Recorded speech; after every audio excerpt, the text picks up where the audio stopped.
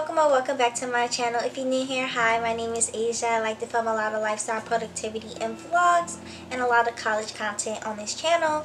And like I mentioned already, I like to film a lot of vlogs. So today we're going to break down how I like to plan and organize my life, because I always showing some kind of planning or organizing within my vlogs, and I incorporate a lot of that on my channel. So why not just take it a step further and show you guys what works for me. I do want you to keep in mind what works for me might not work for you, but if you'd like to start on planning or organizing, or you want to see what works for other people and you would like to try out, then this video might be for you. So I hope you keep watching, because we're going to get into how I plan and organize my life. But we're going to get into it. So the first part is planning, and I start off with Notion. So the first part is to journal.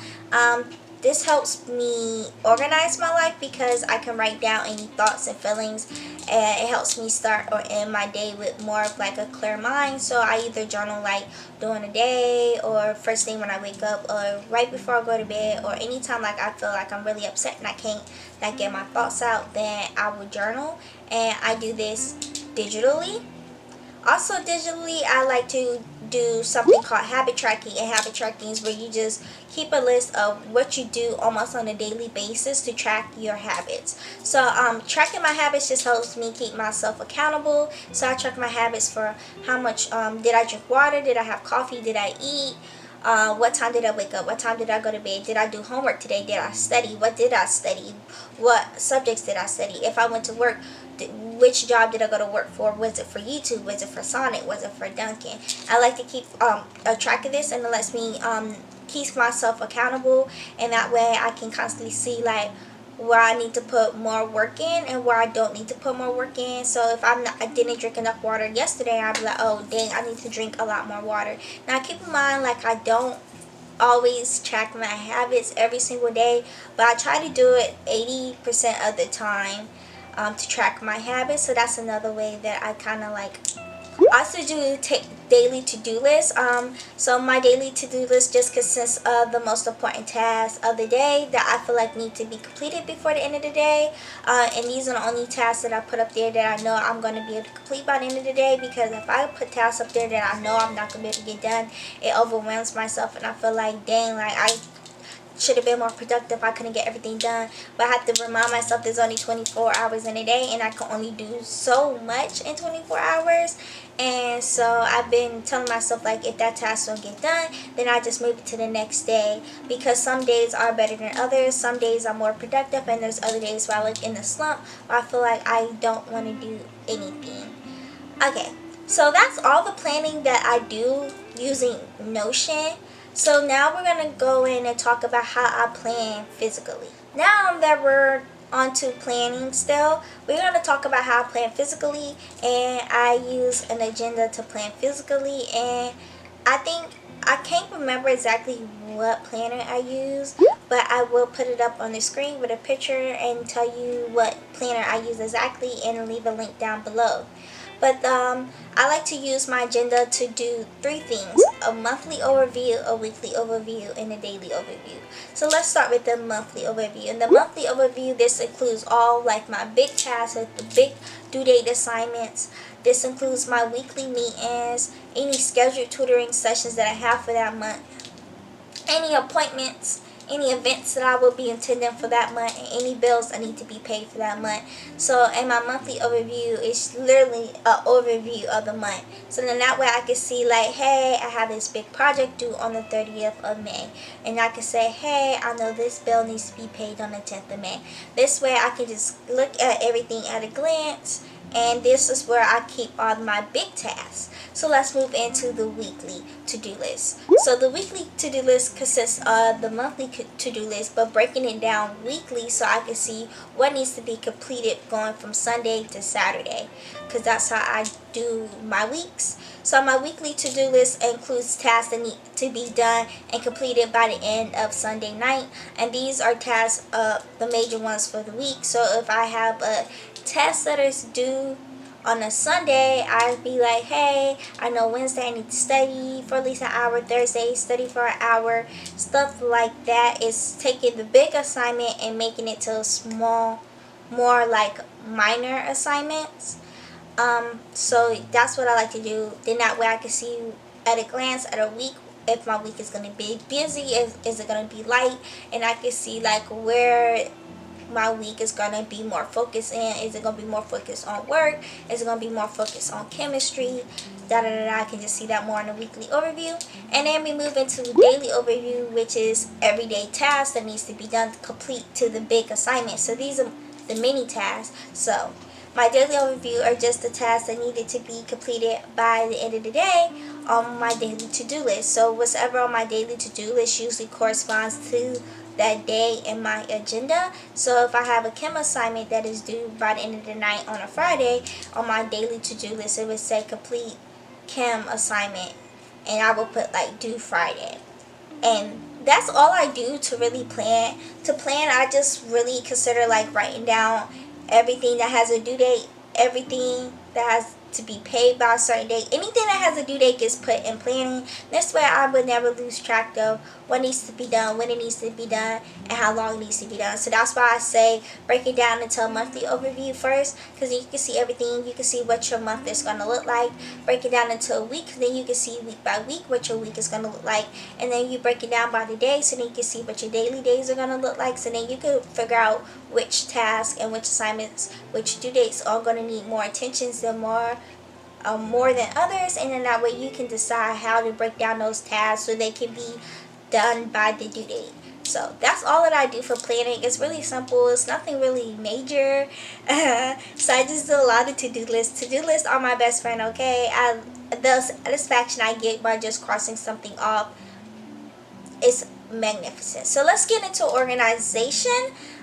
So yeah, for organization I do a lot of things, so we're going to break them all down. My first one that we're going to talk about is to-do list. So to-do list I use to do for about every little daily task, and I use to-do list mostly day to day. I prefer them more for day to day than more like a broader spectrum. I do separate my to-do list from like when it's important and what I would like to get done, because I realized when I first started doing to-do lists, I was making them with a whole bunch of tasks and expecting them to get done by the end of the day instead of like breaking up my tasks. So what I like to do is say what's underneath the important part of my to-do list means it needs to be done by the end of the night, and what's under what I like to get done means like if it doesn't get done, it's okay and I can move it to the next day. That way I'm not overwhelming myself and not stressing myself out, because I found that I was upsetting myself when I wasn't completing my task for the day, because it made me feel very unmotivated and unproductive, because I felt like I was telling myself like, dang, you should have did better, you should have been more productive. But really the to-do lists are to help you, and I can't help myself if I'm adding too many things on my to-do list but I can't not get done. So it's kind of like a win-win in a lose-lose situation. You got to be able to know how to work to-do lists so like you're not overwhelming yourself. So for me it means separating my to-do list into two tabs: what needs to get done and what would I like to get done. And that's what I do. So the next part is, it's pretty very popular on YouTube and like the study community, and that's called task batching. So task batching is just a planning process that involves grouping similar activities to improve focus and productivity. So that means basking all your chemistry together, basking all your English together, basking all work together. That's will be considered task batching. And I like to use this to help complete my task, because I'm one of those people, like once I'm in the groove of doing something, if I break my concentration, I'm not going to get that concentration back and I will not want to finish my work. So personally, task batching works for me, because once I'm in the zone, I'm in the zone. When I feel productive, I feel productive. I'm going to knock everything out, because once I don't feel productive, there's no way I'm going to be able to force myself to do work. And if I do force myself to do work, trust me, it's going to be horrible. It's going to be work that I'm not proud of. So task batching works for me. So basically, if I'm doing my psychology notes, I would do all my psychology assignments as well before I move on to doing a different batch of tasks. I cannot talk today. And this way, like all the small tasks will equal to the big overall tasks once they're completed. And just task batching helps me break down big assignments into little assignments. The next one I like to do is color coding. I love color coding. I started color good. I started color coding this semester, and it's literally been the best thing ever. So what I do when I do my overviews on my agenda, I like to color coordinate my classes and work and meetings and sorority stuff so that I can know which task is related to. So if I just want to glance at my agenda, I'll be like, oh wow, okay, I got 3 psychology assignments, 1 chem assignment, and I have 2 meetings today. And like that will pop off at my head automatically because I see the colors. So color coding also lets me visually see where my week is going to be more focused on. So when I color code, this is how I have it. So I use these mountliners. So gray would mean meetings, this light yellow means chemistry, this light pink means it's Spanish, then I have this blue which means psychology, and green would mean that this is English, and then if it's written in this peach color, this is because it's for work. And if I have anything that's personal, like any personal dates, anniversaries, or scheduled to hang out or spend time with somebody, is purple. And every time I would look at it, I would be like, oh wow, okay, and I will automatically know. So color coding is really effective in that area. And last but not least, we're going to talk about the Pomodoro method slash the Animedoro method, which are 2 study methods. But this really helps with my organization, because if it wasn't for me learning about the Pomodoro method, I would probably spend more time on my phone than I do doing actual work. So let's talk about it. The Pomodoro method is just a study technique where you do work for 25 minutes and then follow with a 5-minute break. And usually you would do 4 sessions of 25 Pomodoro method sessions, and then you would take like an hour break after 4 of them. But usually I use this method to help me study and stay focused. But I found that like the larger the assignment, the less effective the Pomodoro method is. And I felt like the Pomodoro method is great. Don't get me wrong, it's great. But it's great for tasks that are very minimal effort. It takes the bare minimum worth of effort. You know what I'm saying? Like the Pomodoro method is to get you in the groove. Start the assignment. You see what I'm saying? So when I do the Pomodoro method, I usually use this method for quick, easy, or simple tasks that do not take longer than an hour to complete, because those are tasks that will be quick and easy and right out the way. So this is where the Animedoro method comes in. For my anime lovers, it doesn't have to be anime. It could be anything else. It could be a cartoon, but something that is 30 minutes. And for the Animedoro method, it's literally the same thing. But instead, you do work for 40 minutes, and then you use a 20-minute break to watch an anime show without the intro and the outro. So you skip the intro and you skip the outro. And I like this for longer assignments because I have more time to complete those assignments. And like I mentioned before, I'm one of those people, like once I'm in the groove, I'm in the groove. And if you stop me, like, do you want to fight? Because once this productivity and this, I have this urge to complete my work, it's gone, and it's lost. Like, baby is dead. Do you understand? So I like to use this for longer assignments because it's easier. And actually I've been switching more over into the Animedoro method over the Pomodoro method because I feel like I've been getting a lot more work done because I have a lot more time. But any method truly honestly works. But this is all I do for organizing, and this is all I have for this video. So yeah. Alrighty, so now that we went over how I plan and organize, just another friendly reminder, what works for me might not work for you. But also, I hope this might help somebody out. I don't go super crazy with planning and organizing because I've been on the verge of trying to like live life a little bit more to the fullest and to experience more memories than like trying to plan stuff, because I used to be really anal about planning stuff.